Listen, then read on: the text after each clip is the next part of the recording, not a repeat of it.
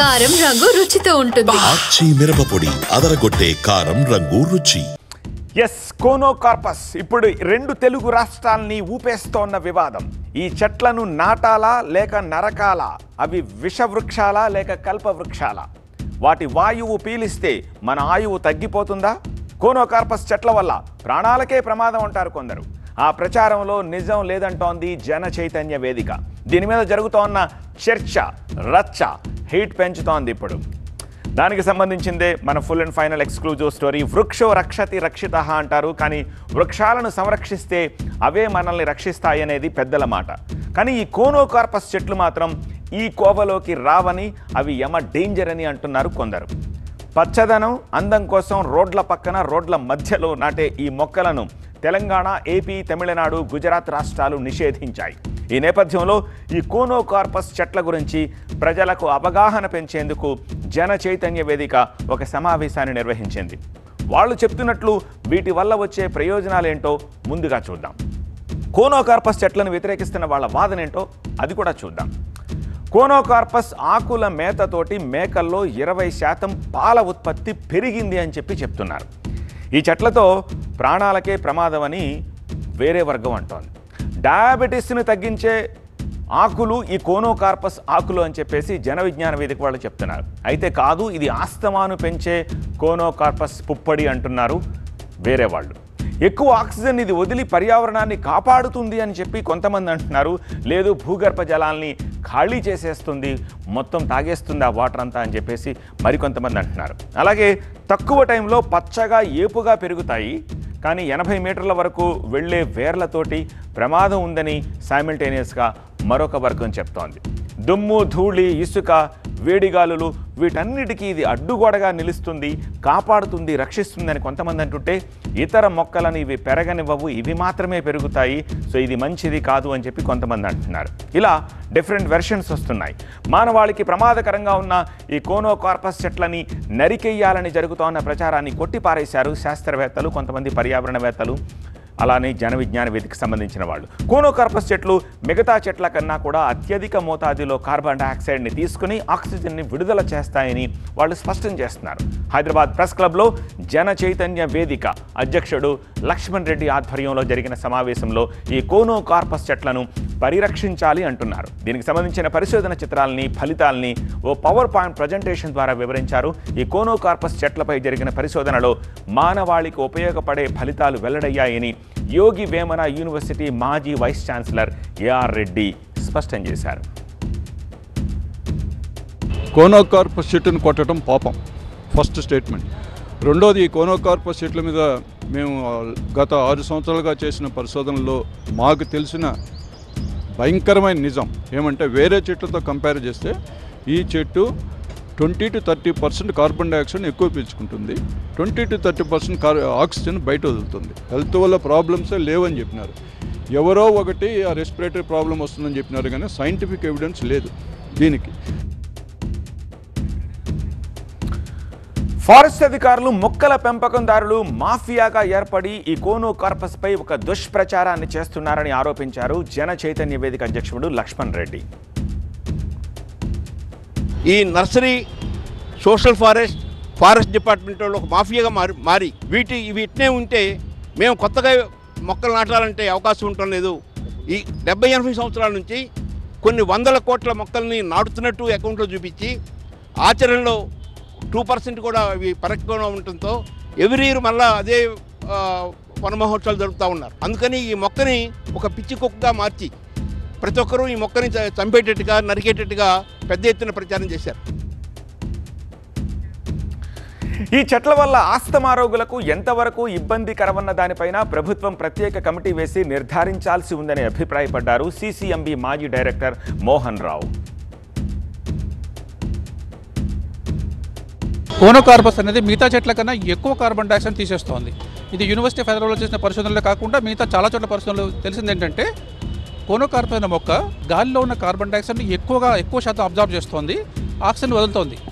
ఎవరో కొంతమంది చెప్పారు ఈ మొక్క కార్బన్ డైఆక్సైడ్ తీసుకుంటుంది, కార్బన్ డైఆక్సైడ్ వదులుతుందని. అలాంటి మొక్క ప్రపంచంలో ఎక్కడా లేదు. చాలా ప్రాబ్లమ్స్ ఉన్నా సరే మొక్క పెరుగుతోంది. కాబట్టి ఏపుగా పెరుగుతోంది, తక్కువ నీళ్ళతో పెరుగుతోంది, మంచి కార్బన్ డైఆక్సైడ్ తీసుకుంటుంది. కాబట్టి ఈ మొక్క తప్పకుండా మనం పెంచుకోం. శాస్త్రీయ నిరూపణ చేయకుండా ఈ కోనోకార్పస్ చెట్లను నరికివేయడం ఎంతవరకు సబబని ప్రశ్నించారు OU botany professor BN Reddy. హైవేల మీద ఇళ్ళ మధ్యన కాలనీల మధ్యన కోనోకార్పస్ పెట్టడం వల్ల న్యాచురల్లీ పక్కనే ఉంటారు, రోజంతా పుప్పొడి పీలుస్తారు కాబట్టి సమస్య ఉంటుంది. ఖచ్చితంగా కాలనీల మధ్యన సిటీల మధ్యన కాకుండా ఊరు బయట పెంచితే ఎవరికి సమస్య ఉంది? మంచి వుడ్డు, దాని వుడ్డు ఏంటి కలప, అలాగే చాలామంది చెప్పారు కదా, అది హెవీ మెటల్స్ భూమిలో ఉన్న గాలిలో ఉన్న నీళ్ళలో ఉన్న హెవీ మెటల్స్ను అబ్జర్వ్ చేసే లక్షణం దానికి ఉన్నది. ఈ కోనోకార్పస్ చెట్లను పరిరక్షించాలి అంటున్నారు జన చైతన్య వేదిక సభ్యుడు నాగేంద్ర ప్రసాద్. ఏదైనా ఒక నేరం చేసే జేబు పిక్ పాకెట్నే విచారించి చేస్తున్నాం, కానీ ఈ మొక్కల్ని చంపడం అనేది తీసేయడం అనేది ఎలాంటి విచారణ లేకుండా మొక్కలు నరకడం అనేది సరైన చర్య కాదు. దీన్ని సుప్రీంకోర్టు ఏ మొక్కనైనా కొట్టితే అది పనిష్మెంటబుల్ అని ప్రకటించింది. దీనికోసం ఒక శిక్షా కూడా వెళ్తున్నప్పుడు దాన్ని పట్టించుకోకుండా ప్రభుత్వం నిర్ణయం ముందుకు పోవడం మాత్రం మంచిది కాదనేది మా అభిప్రాయం, జనచైతన్య అభిప్రాయం. ఏడాకులు పాలమ్ము దీని వల్ల కీడమ్ము, ఆరోగ్యం పాడు చేసే మన బతుకు సేటమ్ము. ఏడాకులు పాలమ్ము దీని వల్ల కీడమ్ము, ఏడాకులు పాలమ్ము దీని వల్ల కీడమ్ము.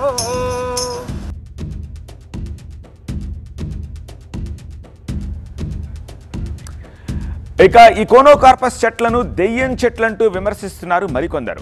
వాటిపై ప్రజలకు అవగాహన కల్పిస్తున్నారు ఉత్తరాంధ్ర ప్రజా గాయకుడు మజ్జి దేవిశ్రీ. కోనోకార్పస్ చెట్లపై ప్రత్యేకంగా ఒక పాటనే రాశారు ఆయన. కోనోకార్పస్ చెట్లతోటి లాభాలెంత నష్టాలెంత వివరిస్తున్నారు. అలాగే వీటికి ప్రత్యామ్నాయాలేంటో కూడా చెప్తున్నారు ఆయన పాటలో.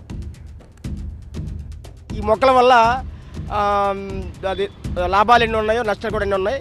కాబట్టి నష్టాలు ఉన్నాయి కాబట్టి ఇవి తీసేసి దేవతా వృక్షాలు, ఎందుకంటే ప్రభుత్వానికి ఖర్చుతో కూడుకున్న పనే రావి మర్రి వేప నేరేడు మారేడు అవన్నీ దేవతా వృక్షాలు నాటితే బాగుంటుందని చెప్పి ఆరోగ్యంగా ఉంటుందని చెప్పి తెలియజేస్తున్నాం.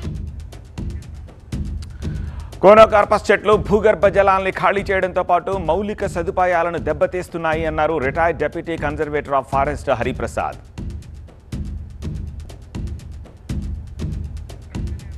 ఈ చెట్ల నుంచి వచ్చే పుప్పొడితోటి శ్వాసకోశ వ్యాధులు పెరుగుతున్నాయి అంటున్నారు ఓయూ ప్రొఫెసర్ డాక్టర్ శ్రీనివాస్.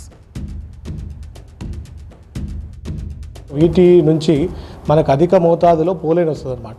ఆ పోలెన్ నుంచి వచ్చే రెస్పిరేటరీ సిమ్టమ్స్ అదొక ఇరిటెంట్ లాగా పనిచేసి మనకు తుమ్ములు రావడం లేదా దగ్గు విపరీతంగా ఉండడం, శ్వాసకోశ సంబంధించిన వ్యాధులు, శ్వాసలో ఇబ్బంది, ప్రీ ఎగ్జిస్టింగ్ ఆస్తమా ఉన్న వాళ్ళకి ఆస్తమా ఎగ్జాజర్బేట్ అవ్వడం, లేదా సిఓపిడి ప్రాబ్లం ఉన్న వాళ్ళకి ఆ సిఓపిడి ఎగ్జాజర్బేట్ అవ్వడం, ఇలాంటి సమస్యలు తరచుగా చూస్తుంటాం. సో ఈ ప్లాంట్స్ని వీలైనంత త్వరగా బ్యాన్ చేసి సిటీ పరిసరాల్లో కానివ్వండి, హైవే పరిసరాల్లో కానివ్వండి వీటిని నాటకుండా చూసుకుంటే మనకు చాలా వరకు హెల్త్ ఇష్యూస్ తగ్గే అవకాశం ఉంటుంది. కోనోకార్పస్ చెట్ల వల్ల వచ్చే అనర్థాలపై పరిశోధనలు చేస్తున్నామని చెప్తున్నారు chest hospital superintendent doctor Shravan Kumar. ఈ ప్లాంట్స్ వల్ల పోలన్స్ గాల్లో తేలి ఆల్రెడీ ఆస్తమా అలర్జీ ఉన్న వాళ్ళకి ఇబ్బంది ఎక్కువ పెడుతోంది. కనుక దీని గురించి రీసెర్చ్ మేము మొదలు పెడుతున్నాము. సో ఖచ్చితంగా దాన్ని ఇంకా నిర్ధారణ కాలేదు, కానీ దాన్ని అవాయిడ్ చేయడము బెస్ట్. ఎందుకంటే వేరే రాష్ట్రాల్లో దాన్ని బ్యాన్ చేశారు. ఇక ఈ చెట్ల ప్రభావంతో లోకల్ ఎకోసిస్టమ్ దెబ్బతింటుంది అని తెలిపారు retired principal chief conservator of forest Nalini Mohan. దీని యొక్క ప్రభావం లోకల్గా ఉండేటువంటి ఎకోసిస్టమ్ మీద, ఎన్విరాన్మెంట్ మీద పడుతుంది అనేటువంటి కొన్ని వాదనలు, కొన్ని స్టడీస్ కూడా బయటకు వచ్చినాయి. అవి నీటి నిల్వల మీద ఎఫెక్ట్ చూపిస్తున్నాయని, నీటి నిల్వల్ని తగ్గిస్తున్నాయని, అంతేకాకుండా వేరే ఇతర జాతుల మొక్కల్ని పెరగనివ్వకుండా అవి ఇన్వేజివ్ స్పీసీస్గా మారుతున్నాయని, నెగిటివ్గా ఉందని రిపోర్ట్స్ ఉన్నాయి. ఆఫ్రికా, అమెరికా ఖండాల నుంచి వచ్చిన ఈ ఏలియన్ స్పీసీస్ వల్ల నష్టం తప్పదని హెచ్చరిస్తున్నారు పర్యావరణవేత్త నరసింహారెడ్డి. ఎక్కడి నుంచో తీసుకొచ్చి పెట్టడం వల్ల రకరకాల పరిణామాలు ఏర్పడుతున్నాయి. అందుకే ప్లాంట్ క్వారంటైన్ యాక్ట్ అని ఒక చట్టం ఉంది. ప్రతి దేశము ఆ చట్టాలని అమలు చేస్తుంది. వాటిని తీసుకురావడం వల్ల అక్కడ స్థానికంగా జరిగే పరిణామాలు ఇప్పటివరకైతే అనుభవపూర్వకంగా నెగిటివ్గా ఉన్నాయి.